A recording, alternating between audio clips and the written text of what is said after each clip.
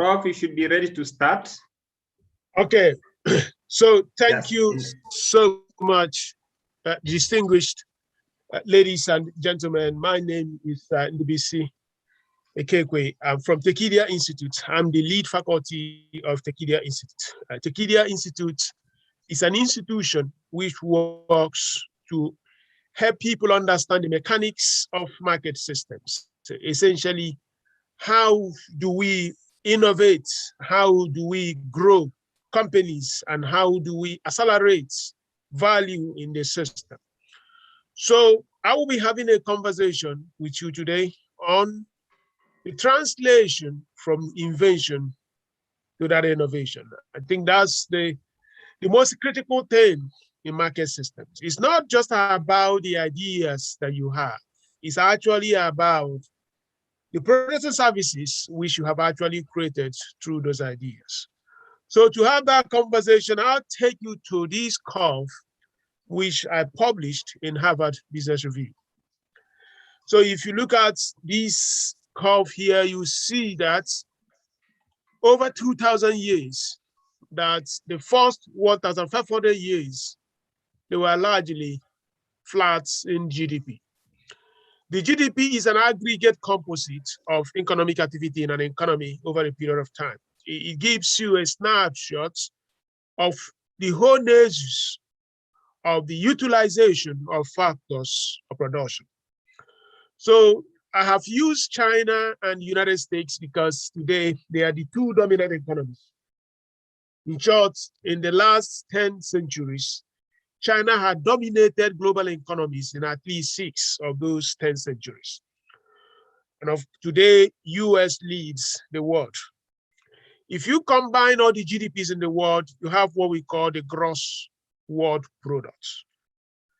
So if you look at this, what you see here that from around AD1 to somewhere before 1800, that the GDPs of China was flat. And the GDP of the United States, to a large extent, was also flat.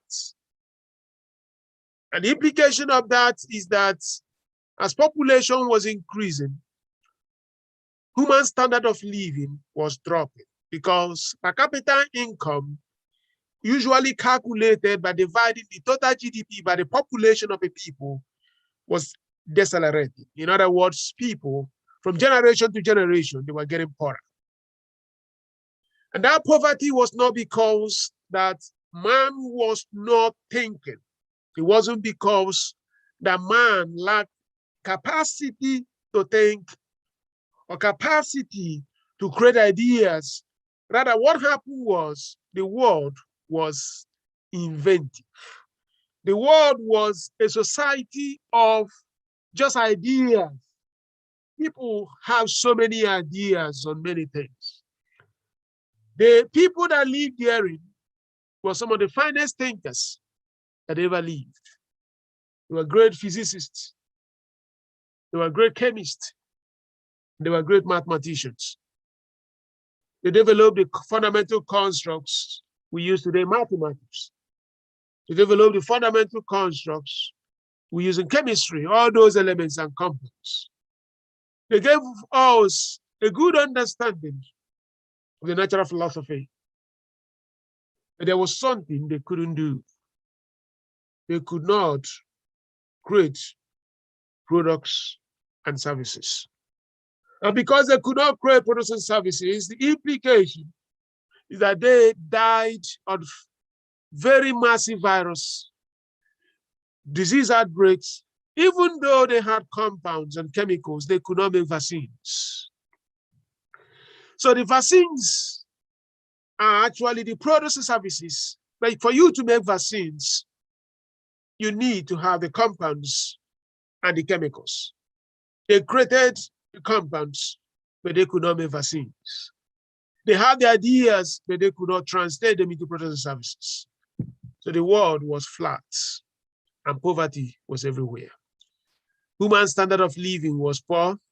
The lifespan was less than 30 years. They died very poor. Diseases were ravaging them. The world was inventive. So many ideas, but nothing substantial was happening. The GDPs of nations were flat, linear, and man was simply poor. But if you now check just after the birth of America, something started happening. And what was happening here was the GDP started going up in an exponential form. It means that the world was now being translated from a society of ideas into a society of products and services. No more that I have gotten those compounds. It's now that I have the capacity to make vaccines, products and services out of those compounds. The world is better when nations have a translation from invention to innovation. Innovation is equals to invention for commercialization. Essentially, if you have not commercialized it, it's not innovative because market has not tested a hypothesis upon which you have built a system. So what is happening here is you need to have a product for you to solve a problem which exists in the market. It's not just having an idea that electricity could be done this way. It's not just having an idea that agriculture could be done this way. It's not just having an idea that clean water could be done in Nairobi. Do you have the mechanism of creating a product out of that idea?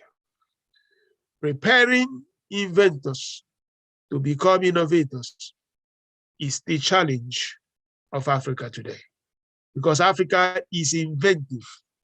Our GDP is still locked down in the stresses of a linear GDP growth.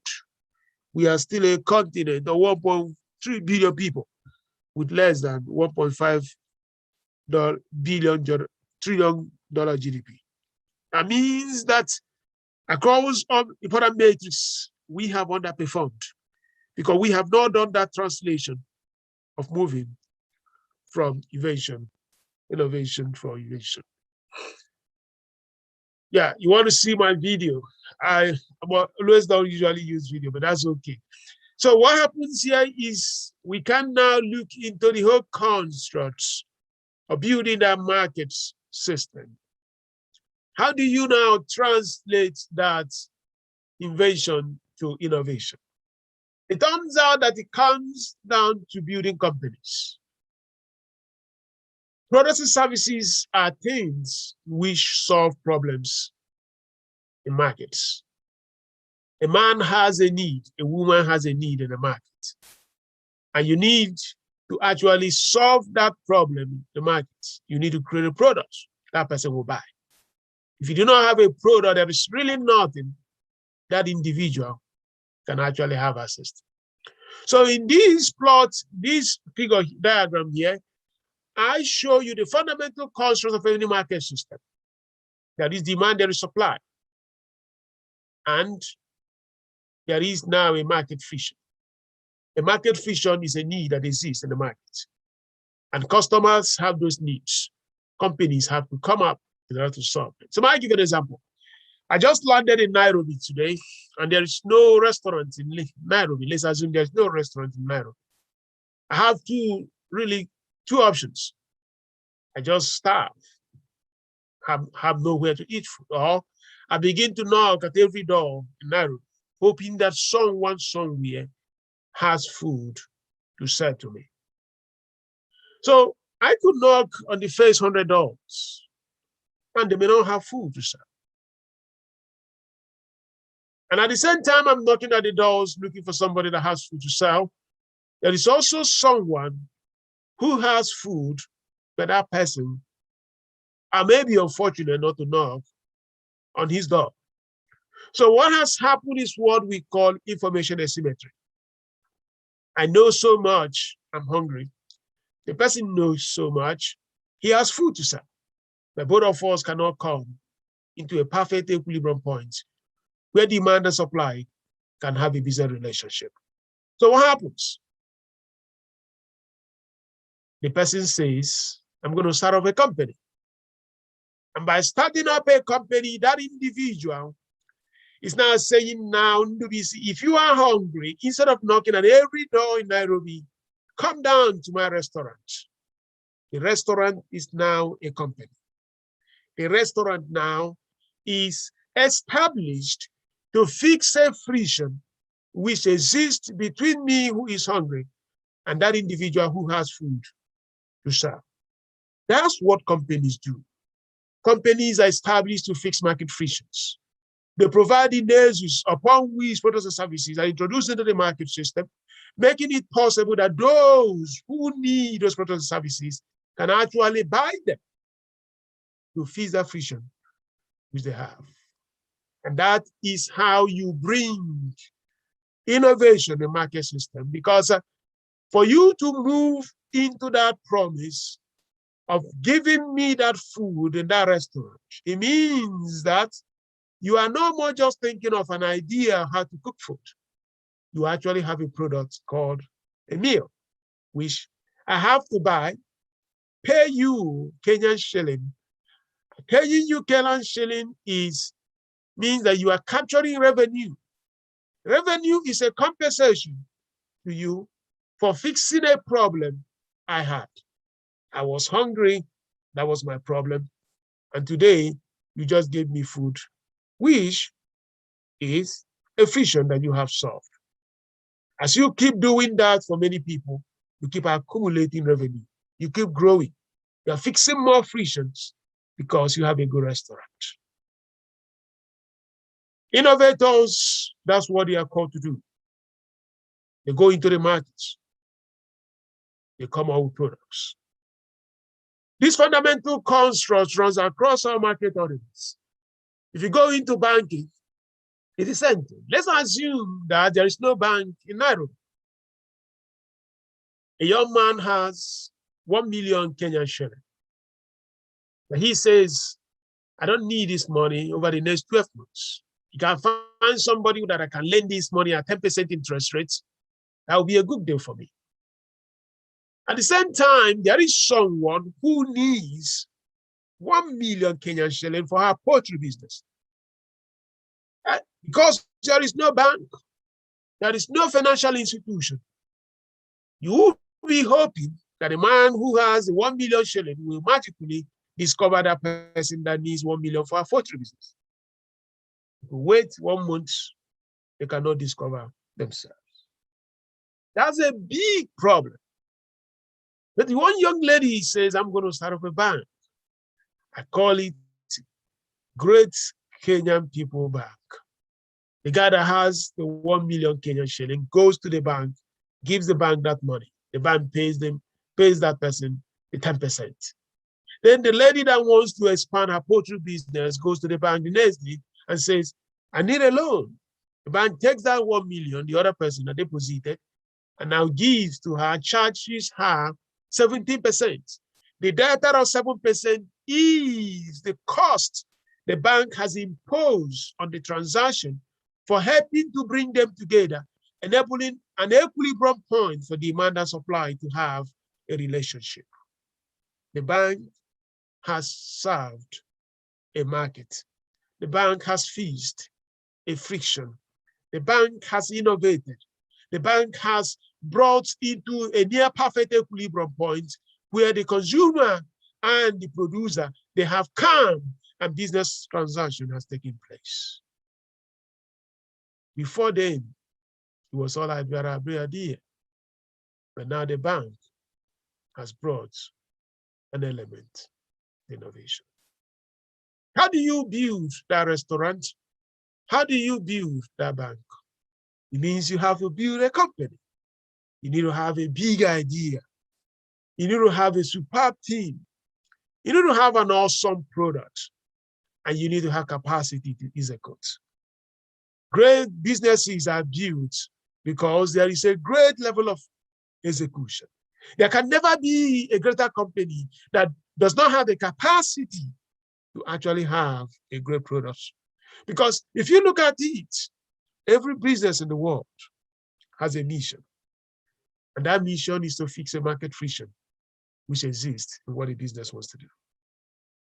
You can never have a great company if you do not have a great product. That product is a component of the innovation system. Preparing young people, preparing people to transition from inventors to innovators is about getting them into the mindset of going to solve problems, to build products and services, because they are the elemental constructs that will help you to overcome the frictions which exist in the marketplace. The constructs which exist in the marketplace are the challenges that the customers have. There is never going to be a better way of fixing a market friction than through a product, because products are forces. Frictions, you overcome them with forces. That's what we learned in fundamental physics, that you need to overcome a friction with a force. In markets, the only force that can overcome a customer friction is a product. When you build a better product, you have a better force in the market. What kind of product do you build? How do you meet those customer needs? Are you going at their needs, expectation, or perceptions? Great companies are companies that do not just focus on the needs of their customers. A man says, I need electricity in my house, and you are giving him electricity on coal. But the same man is an environmental activist. You have not met his expectation, even though you have met his needs. You will never be a great company if you focus on making the needs of your customer. At the Gideon Institute, we work to raise innovators who can work at the level of perceptions. You give customers things they never even imagined they need, but the day they see that you are taking them to the mountaintop because you are giving them something they never even imagined was possible. People say that the iPhone is a perception product. Many people did not conceptualize the iPhone until they had it on hand. When they took a sample, a prototype of iPhone to a Verizon, an American company like Safaricom, they rejected the iPhone because it is something new. They did not even have imagination of what it could be. But when iPhone was launched, the world said, this is all what we have been waiting for. And that's the reason why today, market has baptized Apple as the finest company in America. How do you make such things happen? You need to have a new basis of competition. You need to go beyond turning the consumers to customers, to making customers fans. At the Gideon Institute, we like to see how do we make companies to have fans as customers. Customers are great. The person came the last day, he bought something from you, and he's a customer. He comes the next day, there are two competing products in that space. The person buys the other one. The next day he buys the other one. The other one he buys the other. There is no consistency on a brand differentiation. But there are people that go beyond turning their customers into just mere buying people. They make them fans. They set a new basis of competition. And setting a new basis of competition sets them on orthogonal paths, totally different from what every other one is following. There is no way to compare because what that company is offering is totally different from what the competitors are offering. A young man has just learned that next 2 weeks will be the day for iPhone to be launched, a new one.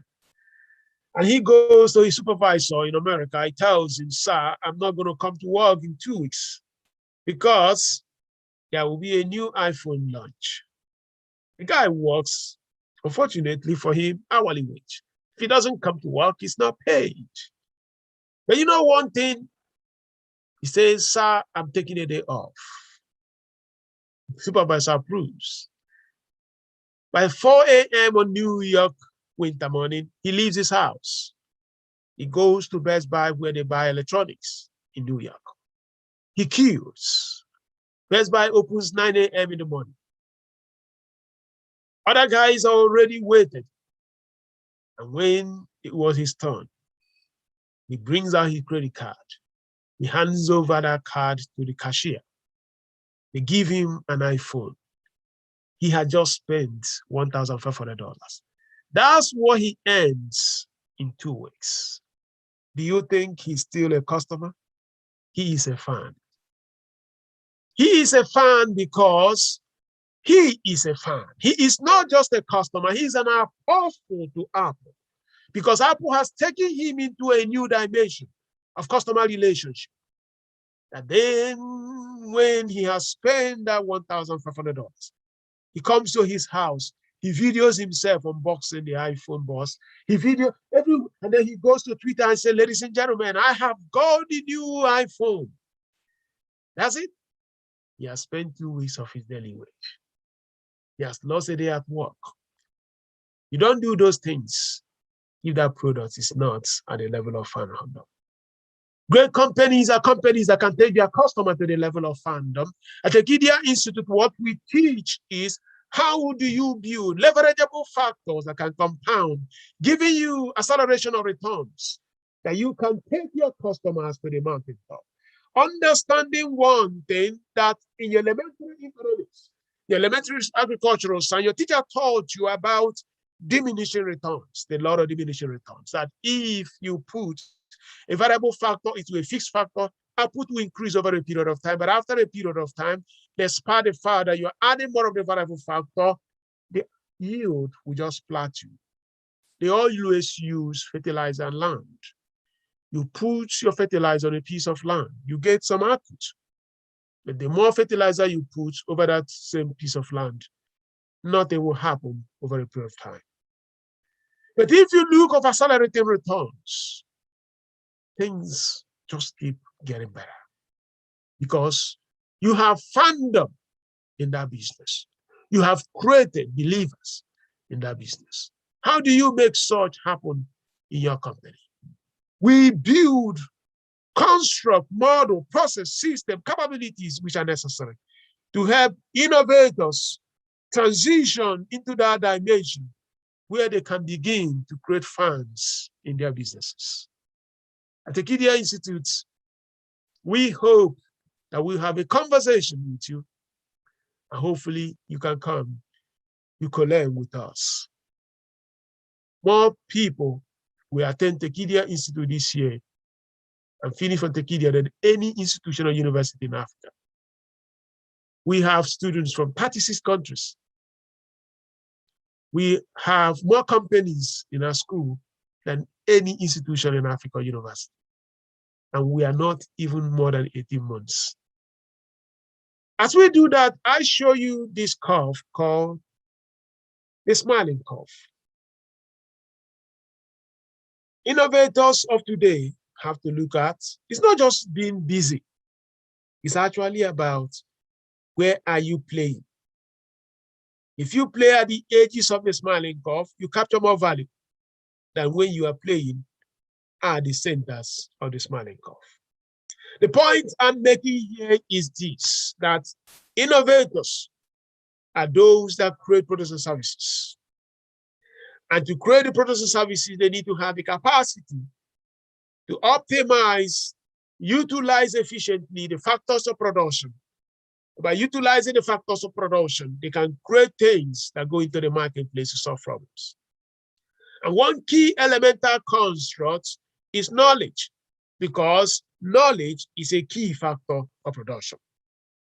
If you have that knowledge, you understand the frameworks of the 21st century, things that are actually possible to work, you will have a moment in your business. You have a moment in that company. You have a moment in that government agency. Because I give you a very simple example, just as I'm rounding up here. The former CEO of Microsoft, Steve Ballmer, he was a very, very brilliant man. You know one thing? He said something. This company, Microsoft, is not going to work with iPhone. It's not going to work with Android. It's not going to work with iOS. Because we still believe that the world is owned by Windows. The market capitalization of Microsoft stayed around less than $400 billion for years. Investors were not happy. But one day, they changed him and brought a man called Sadiya Nadila. He said, I am taking the same product from Microsoft, but anywhere humans are, they are with Microsoft. Whether they are in iOS, whether they are in Apple domain, or whether they're in Android or Google, I don't care. In less than 6 years, the market cap of Microsoft moved from 336 billion to 1.6 trillion. I want you to understand, he did not invent anything new. He simply changed how he utilized factors of production. He turned a business, 336 billion to 1.6 trillion within 6 years. IBM market cap hovered around 110 billion. IBM and Microsoft used to be competitors. They used to be peers. Microsoft can buy IBM and have a change of $1.5 trillion. What happened? Somebody brought a new basis of competition, unlocked great number of value. Ladies and gentlemen, young people, what I'm trying to say here is this, that the organization of firms are bringing innovators of nations will create abundance in future. If we are only inventors, we will live in a world of scarcity. We will live in a world where GDPs are flat. But if we are innovators, we will solve problems in society, creating products and services, and we will rise as a people. Thank you so much for listening. Bye-bye.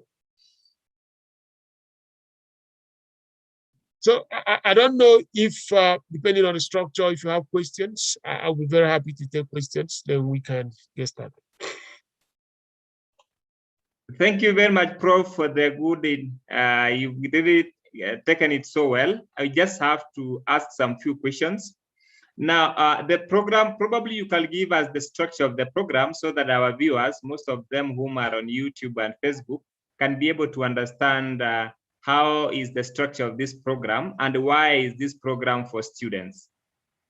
Yeah, so one thing we are doing here is to make it possible for students, even when they are in school, to understand the mechanics of markets. How do we actually run businesses, and how do companies actually do what they do? I do believe vividly that it's very important that everyone, irrespective of your field, whether you are studying languages or whether you are in engineering or computer science or anything you're doing, there needs to be a mission associated with that. Because at the end of the day, if everything is just an idea, the world will not move forward. So you need to have a translation of that idea to create a service and create a product. So what we have done in Tekidia College Boost, which is the mini version of Tekidia Mini MBA, is to make it possible for students to go through maybe a first semester, you take a 4-week program in our course, and then the next semester you take a 4-week program. Or you could just decide to take the 4 weeks, you take the 8 weeks at the same time. It's a program that every week there is a section, and another week there will also be another section. So the first week I think is innovation and growth. So the next week something that has to do with business model. The other one has to do with so what I'm saying here is that we structured it over 8 weeks. Some schools break it into 2 semesters.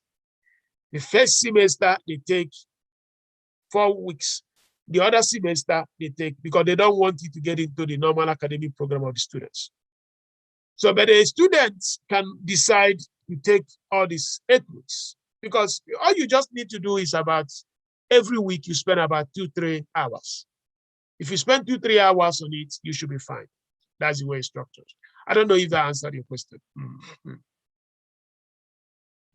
I can't hear you. I think you are muted. Okay. The other question students are asking, how is this different from the normal learning I do in class? How is it different? We were very humble to say that our programs are really good. We are not coming to teach you theories. For you to be a faculty in Tekidia Institute, you actually have to be leading a business or running a company or working in a company. We don't use professors. So we don't use professors. The only professors that teach in Tekidia Institute are people that run companies. So if you don't run a business and you're a dean, you don't qualify to teach in a school. Because we already know the students are getting through those theories. When you come to Tekidia Institute, we're talking about practicality. They're coming there to learn real stuff that can actually have impact when you graduate or even when you're a student. So I think since, let me share with you a screen here. Let me just share you this program actually. Let me just use a share screen to do that. And let me see the possibility of that. And so let me just share the College Boost. And just a minute, I think it's easier to do that. Yeah. So I'm just sharing my screen here. And okay, so this is College Boost. Of course, okay. Actually, at the end of the day, we award the certificates. So I think my team has to add the certificates at the end. So the first week, the part A is called Innovation of Farms. The first week is Innovation and Growth. The second week is Business Systems and Processes. The third is Business and Model Transformation. And the fourth is Design and Innovation Lessons. So the student can decide to continue or wait for the next semester, Quality and Project Management, Finance and Fundraising, Delivery and Execution, understand sectors and technologies.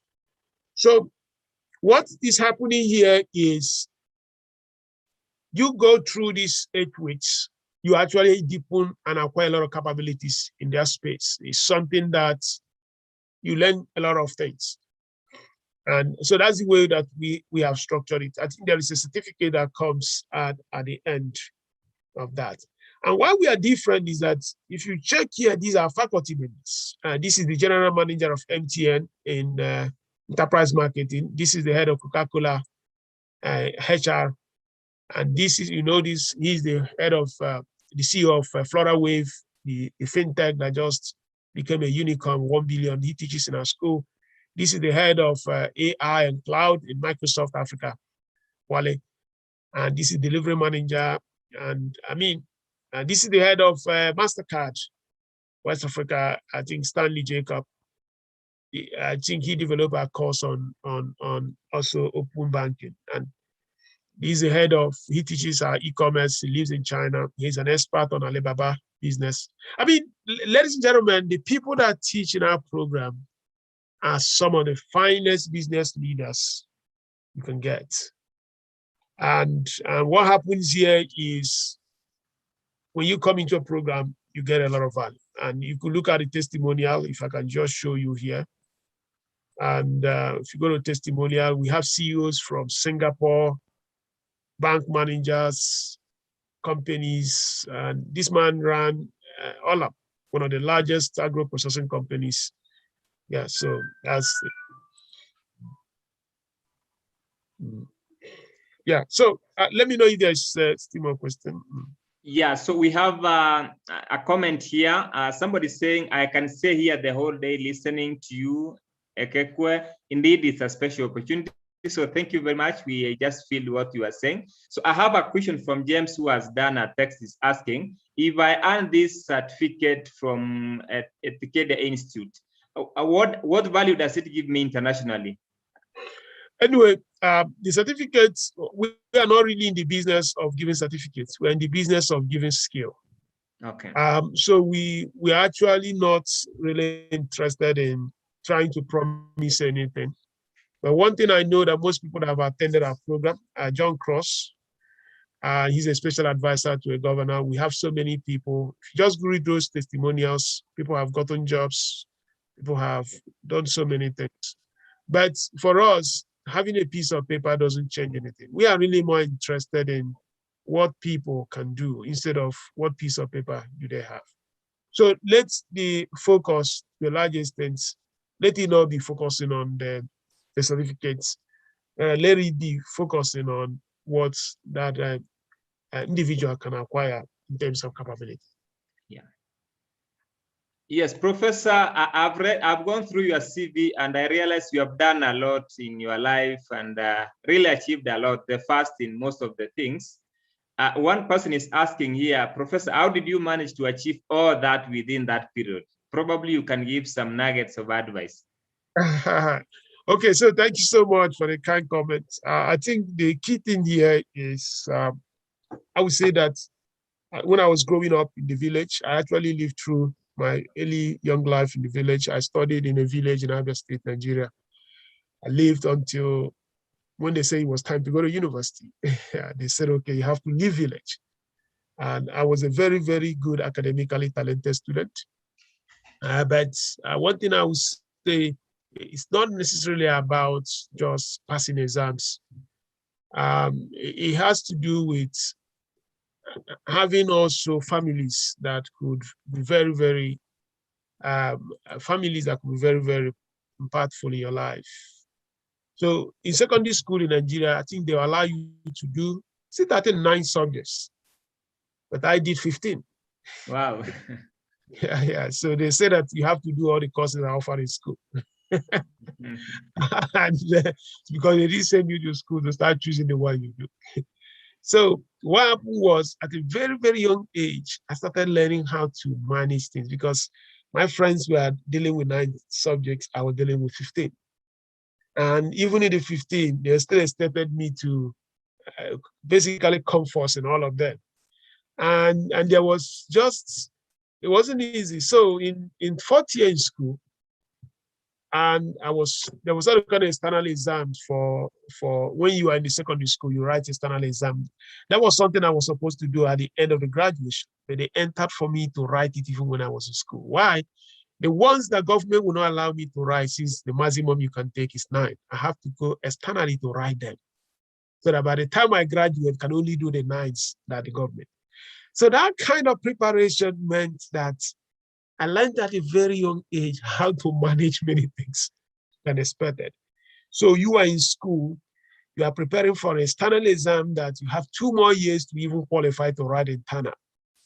So typically people that write the external, like East African Examination Council in Africa, in the West African Examination, I think Kenya, maybe East Africa.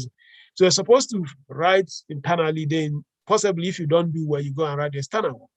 But now they flipped it. You actually have to write the external when you are internal.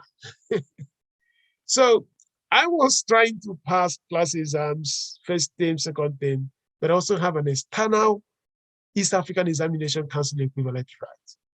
So it made it that I can manage things easily, growing up in that, juggling 9 to 15 subjects. And if you look at my record, when I graduated, I have the school all-time best academic record in history.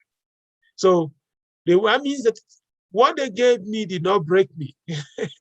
You still have the best all-time record in school history up to today, since the school was started, and yet you did it in many ways. So when I now started working in the bank, I started a master's degree.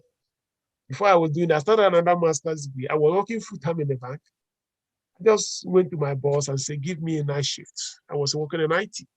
In the night, I work in the night, and working in the bank night is a difficult job. That's what they call cabal.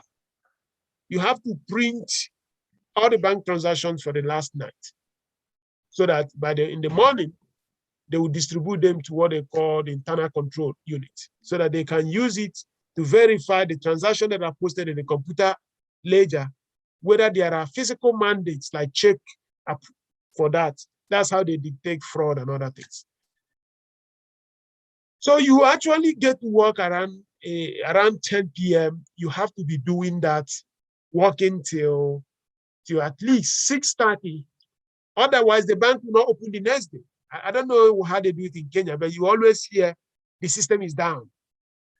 When the system is down, it means that the guy that worked last night did not finish what he was supposed to do before the day came.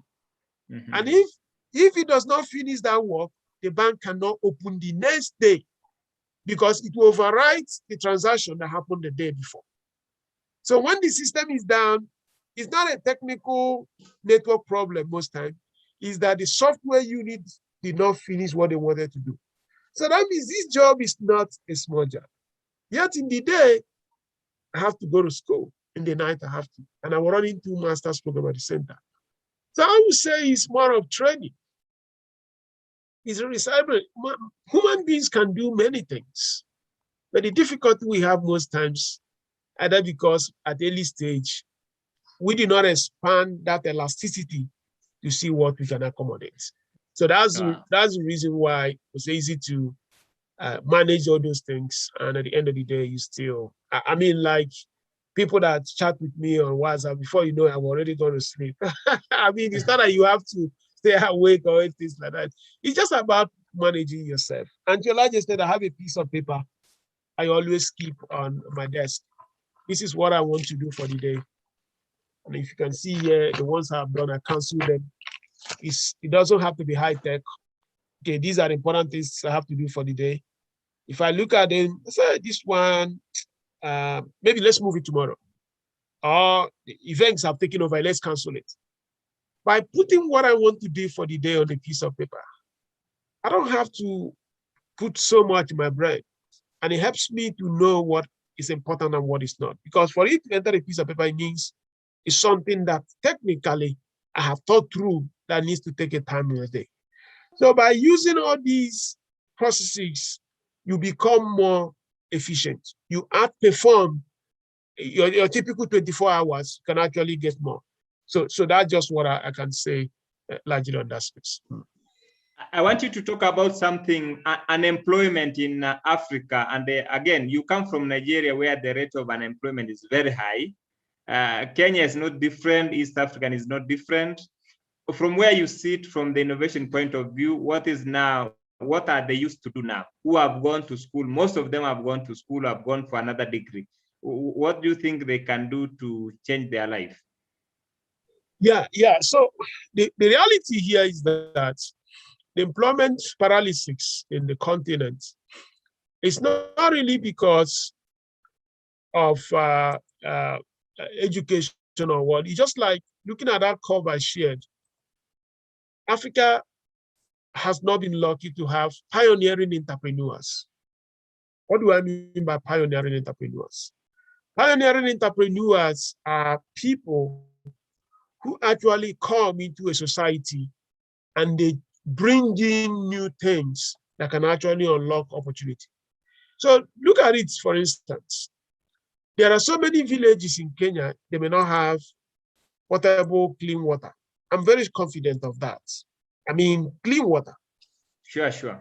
You know that to provide clean water in the whole of in the whole of Kenya, can actually employ up to 10,000 graduates. I mean, if every city should have potable water. So that you stay in your house, you turn on this thing and you faucet, you get water to drink or clean water. The fact it has not been done means that the jobs that would have been provided through that Jesus, we have not tapped into those opportunities. So there are so many roads in Uganda that we have not put in a very good shape. Those are opportunities to make it possible for farmers to produce more because they have access road to take them to the cities where they are needed. The same thing happens in electricity. So the challenge we have is not that the opportunities are not there. The problem is that those opportunities are latent. They are latent. And we do not have the pioneering entrepreneurs that can go and unlock them. If you go to the United States, there was a time they had a problem of energy. A man called Rockefeller came and started this company, Standard Oil. Standard Oil now became Chevron and all these sales of mob. So he pioneered it. And through pioneering it, he solved their energy problem. And they now advanced economically. And there was also a time they were having so much difficulty on transportation. A man called Kennedy started the steel boom, pioneered it. And through the steel, they were able to build the railways. So the apps we are making in Kenya, the apps we are making in Lagos, the apps we are making in Egypt may not really solve our problems because we still need those critical infrastructure upon which those apps have to depend. I mean, if you give me an app that helps me to find water in a nearby stream, does the app help me carry the water from the stream to my house? I still need to go and carry the water from the stream. So it's like there is one they do in Lagos now. One guy launched an app to help you call ambulance. I say, okay, what of a city that doesn't have an ambulance? So who told you that the problem is really ability to call ambulance? The problem, there's no ambulance. So I'm saying that we really need innovators, pioneers that can open things. By the time you do it, you really realize that we don't even have enough young people to be employed. But the reason why things are so bad is only telecoms, banking, and in some countries in Africa, oil and gas. These are really the only sectors that are doing very well, and maybe in insurance. The other ones are not doing well. That is the reason why we're not capturing opportunity for young people to go into those areas to work. I recall those days when the university in Nigeria, you get a job. I mean, I got mine 9 months before. 9 months, I think I graduated in August. But around January, February, I already have my first job. Then it was a very good job. They gave us a Mercedes-Benz with a driver and a furnished 3-bedroom apartment. Then another one came from an oil company. Another one came from the university as the best graduate student in the class. And it's just like most life was easy. But if you look at it, then companies, at least we are opening. But today, that is what. So what we need in the continent to fix this problem is that we need pioneering entrepreneurs that will go and solve these problems we know they exist. We know these problems exist. Africa doesn't have clean water for people. Africa doesn't have electricity for people. If we begin to solve these problems, we are going to create jobs for people. Africa doesn't have how to store agricultural produce. Africa doesn't have an agricultural system. So when you look at it, we may not even have enough graduates to solve it. But the challenge is we don't have yet those pioneering entrepreneurs. When I say it, I mean, look at Jeff Bezos. I think Amazon employs more than 1.2 million people now. I don't know how many graduates that you have in Kenya. If you are lucky to have somebody like that. Yeah. I mean, you get it. And Walmart employs more than that in multiples. So when you get, and you know one thing, they don't have more people. The US has a population of about 320 million. Nigeria is about 210. So US is just about 100 million more than Nigeria. But one company in US is employing about 1.2 million people. If you have a little bit of it in Nigeria, you just realize there's really not, you won't have enough people to hire. It's going to be hard for you to find any company in Nigeria that is close to employing 20,000 people. Maybe let's translate it by population. Now, if US at 320 can find a company employing 1 million people, that means one in Nigeria should be hitting at least 500,000 people. But you don't get any that is very close to 50,000. So that's what I mean by that underperformance. And that's what we are hoping, that the opportunities that we are expecting to happen, one of us actually must come and create it. It's not, I know I've not mentioned government here. I'm not, no. Because government employing people and those things are not, they don't compound. That's what they call compound. Compounding means if Amazon employs a guy, the guy helps to create somebody who supplies to Amazon. And that creates an opportunity for the person that provided raw materials. The thing keeps going. But just employing a clerk to be moving far, it doesn't really add much value. So that's where Africa has to get it differently. Maybe, Dr. Professor, I cannot move without asking you this question. One of the things is, what is the value of the current education system? You have been an entrepreneur. I've seen you own so many companies. I'm yet to ask you a question, how you manage to manage all of them. What is the value of the current education system, and what needs to be done? No, actually, education is for the liberation of the mind. The purpose of education is not for people to go and find jobs or for people to go and start making money. The purpose of education is to liberate the mind.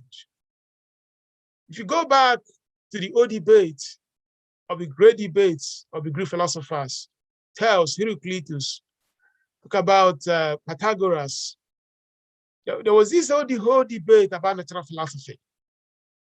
And you get back to philosophy.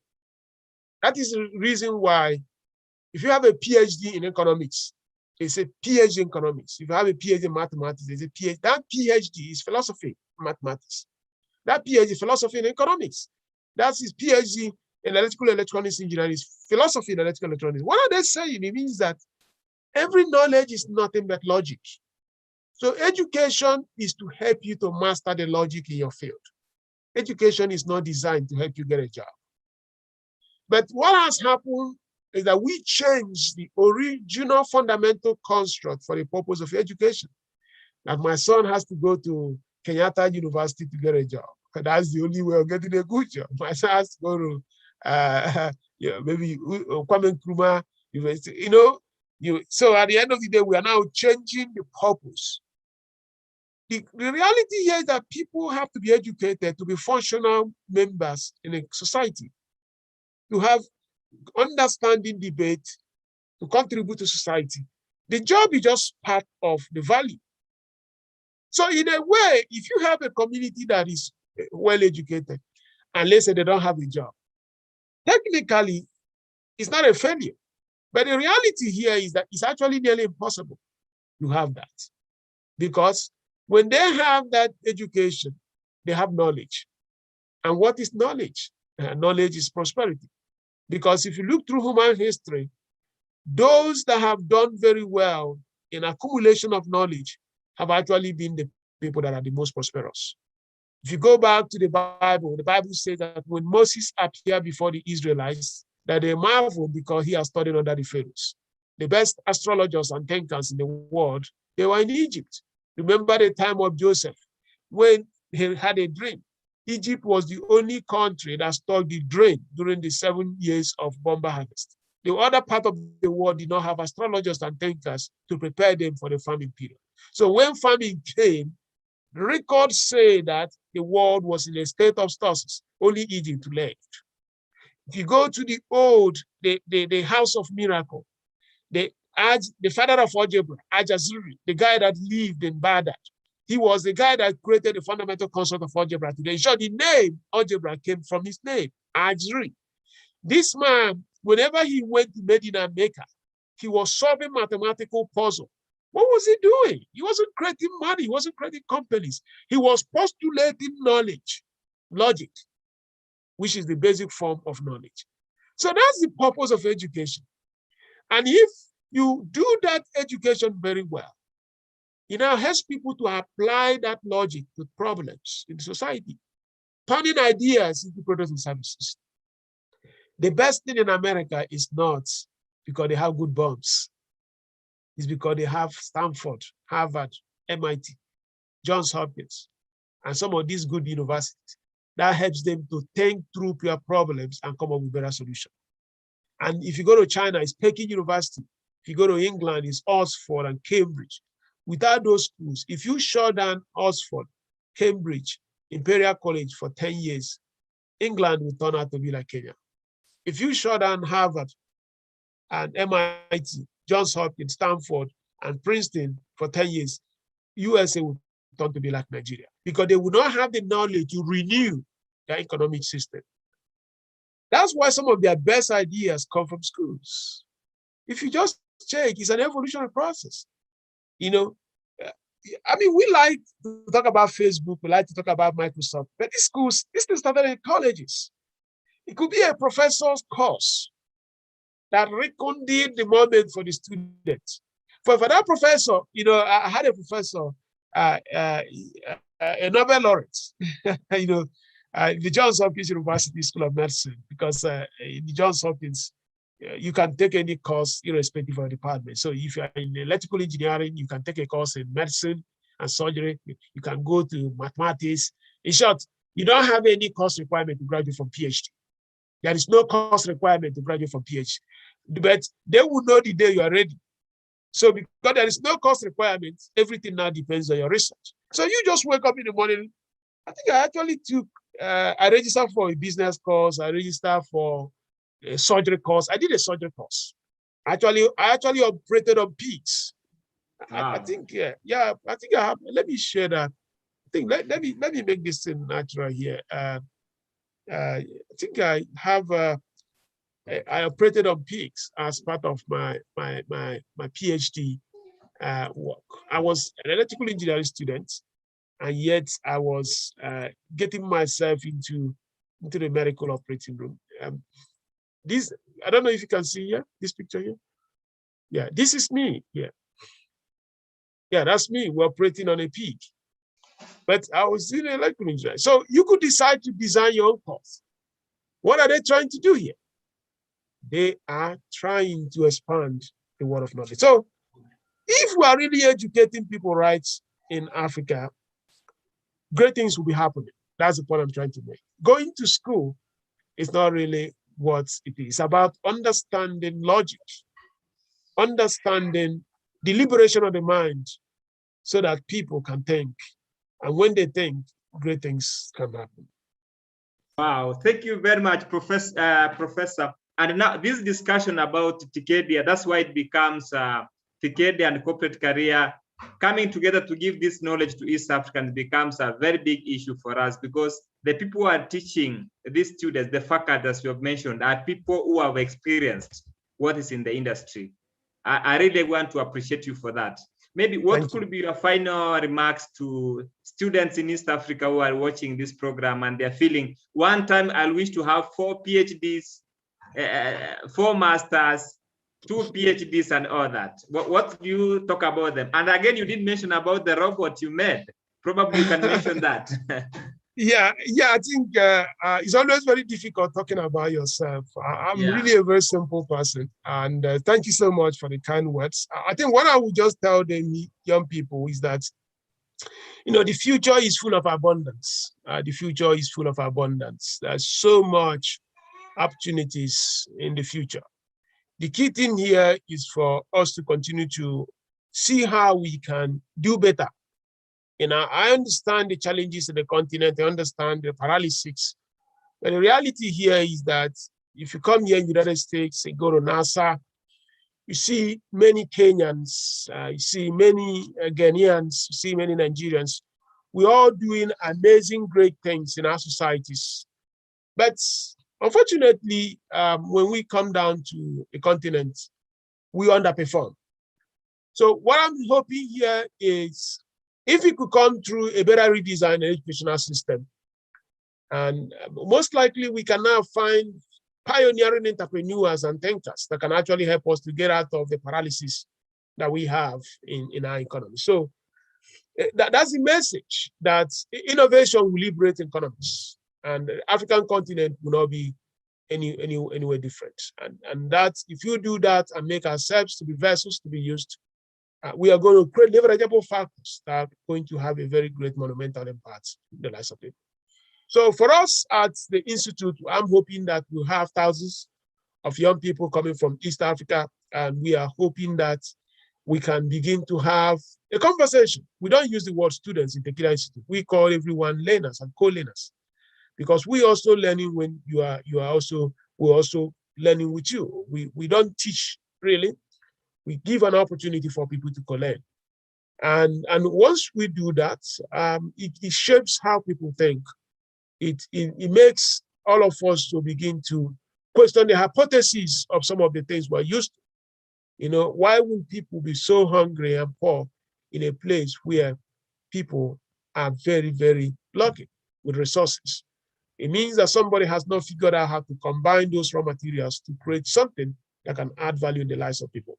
So if we ask those questions in Uganda, in Rwanda, in Kenya, across the continent, Botswana, and beyond, solutions will come. And if those solutions come, we are going to be in a great moment for the continent. Thank you.